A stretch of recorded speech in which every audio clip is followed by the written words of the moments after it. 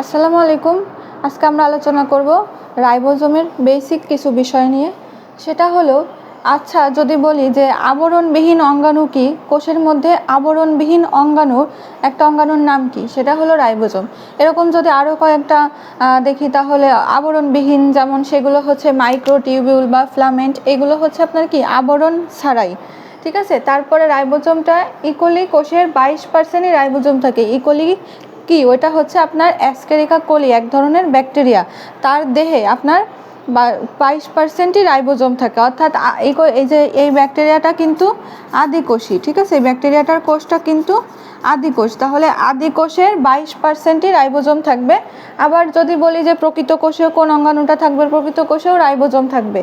এই যে এখানে একটা পয়েন্ট লিখেছি যে সার্বজনীন অঙ্গাণু। সার্বজনীন অঙ্গাণু বলতে কি বুঝিয়েছি, ধরেন মানুষের দেহে কিংবা ছত্রাকের দেহে, ব্যাকটেরিয়া দেহে, যে যার দেহেই হোক না কেন, সব কোষের মধ্যেই আপনার কি রাইবোজোমটা থাকবে, তাই না। রাইবোজোম প্রকৃতিটা ভিন্ন হতে পারে, কিন্তু প্রত্যেকটা কোষের মধ্যেই রাইবোজোমটা থাকবে, এই জন্য একে সার্বজনীন অঙ্গাণু বলা হয়। এবার আসি রাইবোজোমের আবিষ্কার। রাইবোজোমটা কে আবিষ্কার করেন, এগুলো আপনার এমসিকিউর জন্য খুব গুরুত্বপূর্ণ, ঠিক আছে। আলবার্ট ক্লড এই যে রাইবোজোমটার প্রথমে তিনি পর্যবেক্ষণ করে নাম দেন কি মাইক্রোসোম। পরবর্তীতে জর্জ প্যালাডে এই যে এই রাইবোজোমটা আবিষ্কার করেন। তাহলে রাইবোজোমটা আবিষ্কার করেন কে, জর্জ প্যালাডে।